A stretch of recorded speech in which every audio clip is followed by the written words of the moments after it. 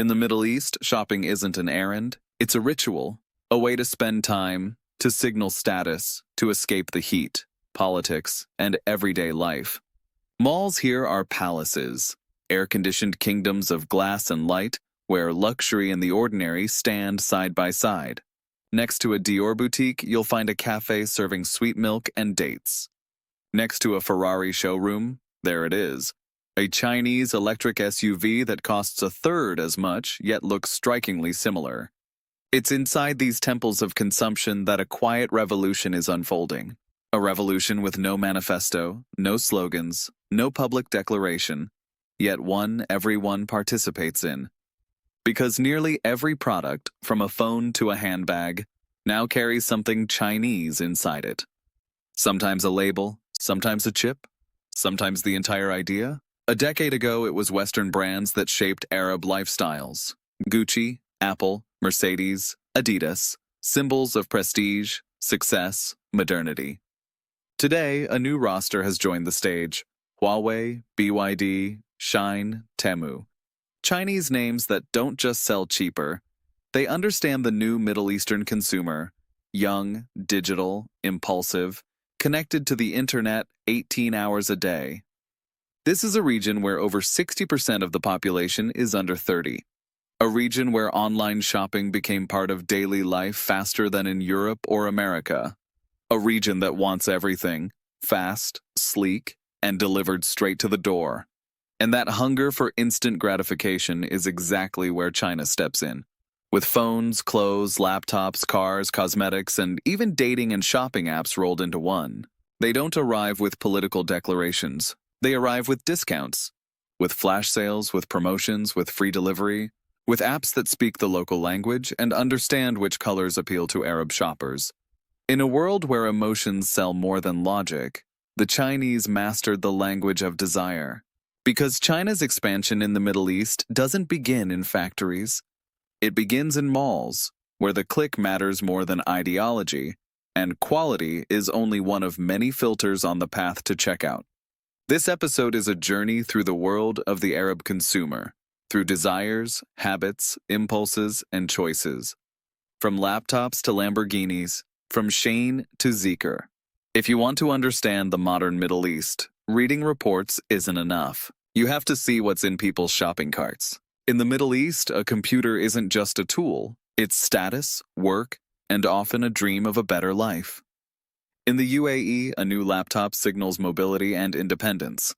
In Egypt, it's a long-term investment. In Israel, a startup essential. In Saudi Arabia, a ticket into a digital world where technology is part of identity. Years ago, American brands ruled the market. Apple, Dell, HP, symbols of Western quality. But that era is over. China entered quietly, patiently, with tech that was not only cheaper, but better each year. Lenovo, Huawei, Xiaomi, Honor, brands seen in Europe or the US as mid-range, yet in the Middle East they became synonymous with smart luxury. In the UAE, Lenovo laptops are standard in tech firms and government offices. In Israel, engineers increasingly use Huawei monitors and Xiaomi projectors. In Egypt, students choose Realme, Oppo, and Redmi, phones with great cameras and long-lasting batteries at a fraction of the price of an iPhone. In Jordan and Morocco, a whole new middle class works remotely on Chinese hardware. Lenovo laptops, TP-Link routers, Baseus headphones. Chinese companies understood the region's needs, technology within reach, but with style. Huawei built its own ecosystem, phones, watches, tablets, all connected under one account. Lenovo and Xiaomi began offering devices in local colors with Arabic software and longer regional warranties. This is no longer cheap tech from Asia. It's thoughtful, aesthetic, well-packaged design aimed directly at emotion. For a young Saudi, a laptop isn't just a tool. It's lifestyle, gaming, influencing, streaming, e-commerce.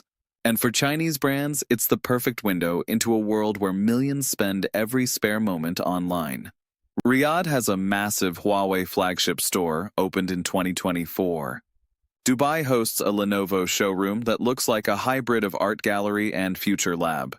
In Tel Aviv, Chinese IT companies exhibit alongside American and Israeli giants at innovation fairs. This isn't expansion anymore, it's coexistence. China isn't competing with the West emotionally. They're competing practically. Their devices work, look great, and cost less.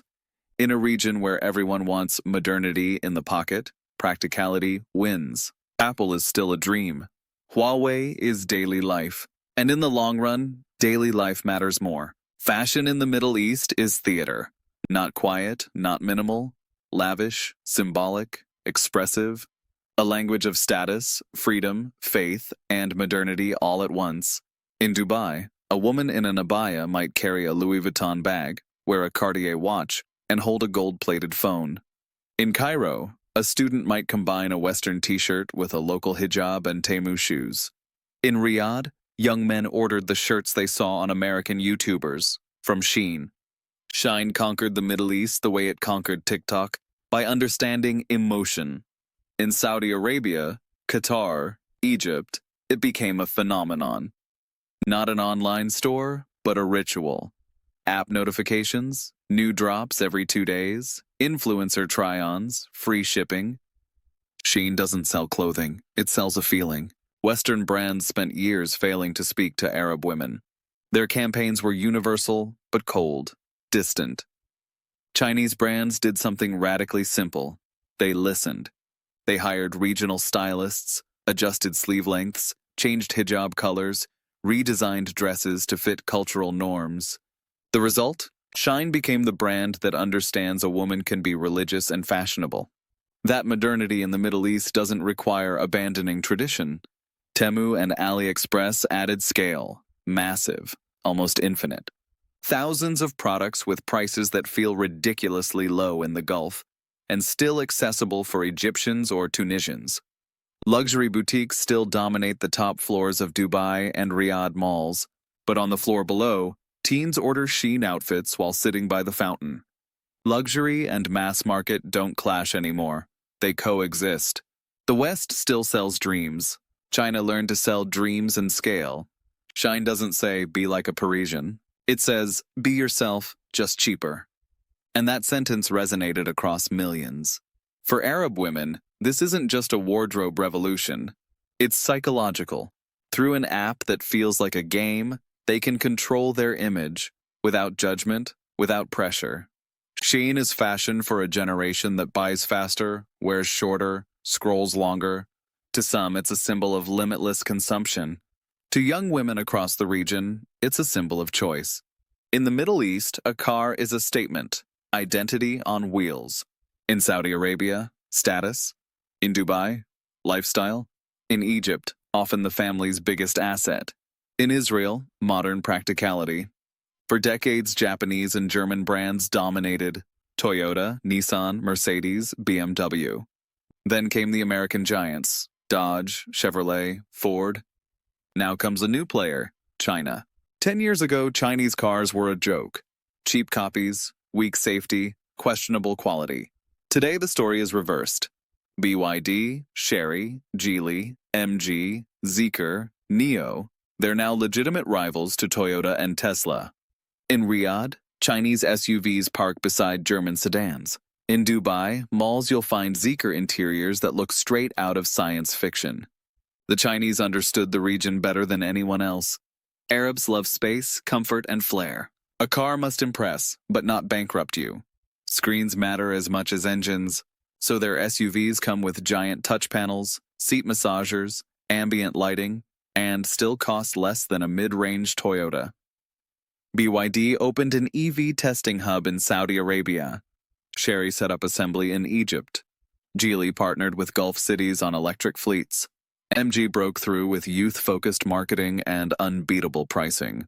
Dubai rental agencies now offer Chinese EVs alongside Porsche and Maserati. Gulf fleet companies replace Korean models with Chinese ones, easier servicing, cheaper parts. Saudi Uber drivers pick MG for cost efficiency and premium-like interiors. China didn't chase luxury first. They captured the middle class and made the middle class aspirational. A Chinese SUV isn't the cheap option anymore. It's the smart option. In Israel, BYD and Geely compete with Tesla. In Egypt, Sherry and MG dominate. In Saudi Arabia, ministries use Chinese fleets. This revolution has no banners. It happens in parking lots and dealerships. Chinese cars became part of the landscape the way Toyotas once did. Quietly, irreversibly. Anyone who still thinks China copies the West should visit Dubai highways. The copies became originals, and the future already arrived from Beijing. Shopping in the Middle East rarely starts in a mall anymore. It starts on a phone. The screen is the marketplace, the app is the seller, and the sellers are Chinese. Not long ago, shoppers didn't trust online purchases. They wanted to touch, see, feel. Today, they touch screens. Over 80% of UAE residents shop online. 7 in 10 Saudis, nearly half of Egyptians, and the top apps? AliExpress, Shein, Temu, TikTok Shop. China understood something Western platforms never did. Arab consumers want interaction, not a sterile list of products. They want a show. Entertainment. Shopping that feels like play. TikTok Shop is now a live shopping TV channel for Gen Z. Influencers speak Arabic, respond to comments, sell everything from perfumes to drones. In Egypt, a student can sell 100 shirts in an hour. In Dubai, a hijabi vlogger markets LED lights and beauty tools.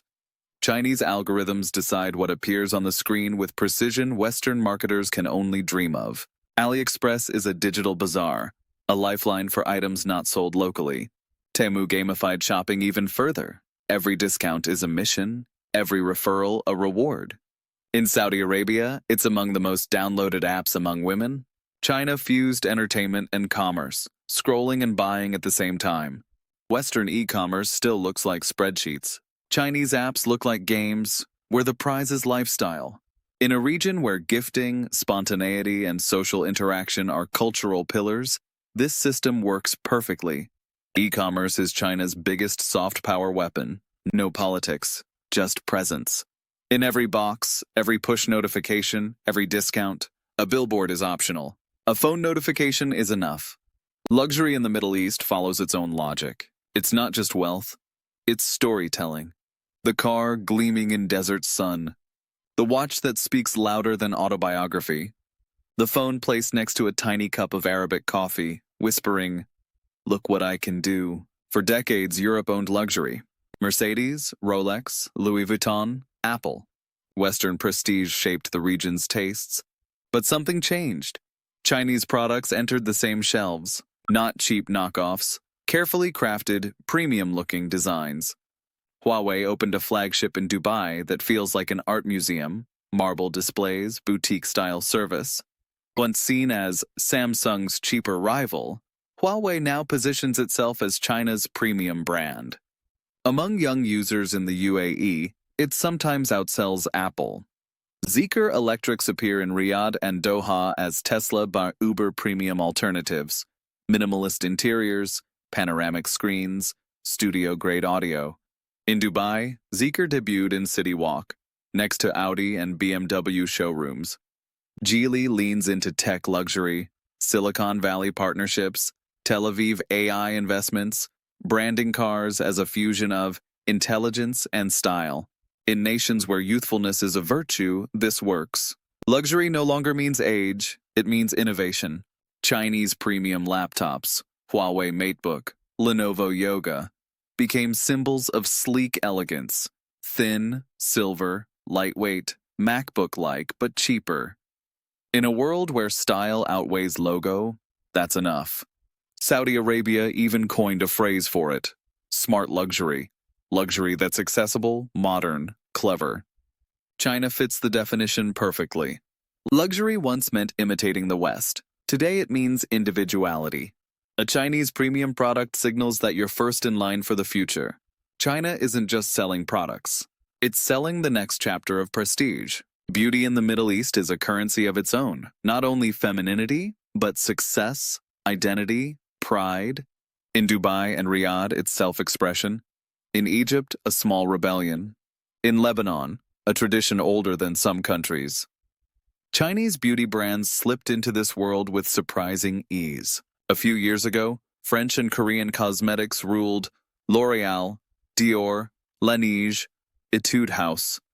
Today, on the same shelves and often with similar results, you'll find BioAqua, Florasis, Perfect Diary, Judy Doll, Color Key.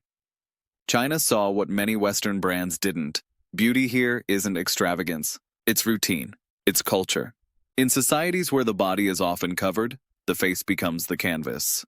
Chinese companies started with masks and creams, then came devices, ultrasonic massagers, sonic brushes, LED face lamps. In Dubai and Abu Dhabi, these gadgets sell faster than perfumes. In Egypt, they're wedding gifts. In Saudi Arabia, they're part of daily self-care. Smart beauty from China is a global trend. Hair dryers with sensors, mini LED face tools, heated brushes. Often made in Shenzhen, branded in Dubai, a perfect white label match. Florasis, with packaging inspired by Chinese calligraphy and lotus flowers, became affordable luxury across the Gulf. Influencers present it as a cultural bridge, Eastern elegance meeting Arab aesthetics. Arab women aren't buying creams, they're buying rituals, moments, identity. Chinese advertising speaks to that, not with chemistry charts, but with harmony and poetry. This isn't cosmetics anymore. It's lifestyle export. China's presence in the Middle East doesn't come with troops or factories. It arrives in packages, push notifications, phone screens, in the laptop on your desk, the dress in your closet, the car in your driveway, the lamp in your living room, the face device on your vanity. China no longer sells products. It sells a lifestyle, accessible, sleek, modern, ideology-free. For Middle Eastern shoppers, it's daily life. For the world, it's a warning sign. Because a region that once looked almost exclusively toward Paris and New York now looks in two directions, west and east. The future of global consumption may be decided not in ministries or boardrooms, but in shopping carts. When the world grows more divided, one thing still unites us. We shop.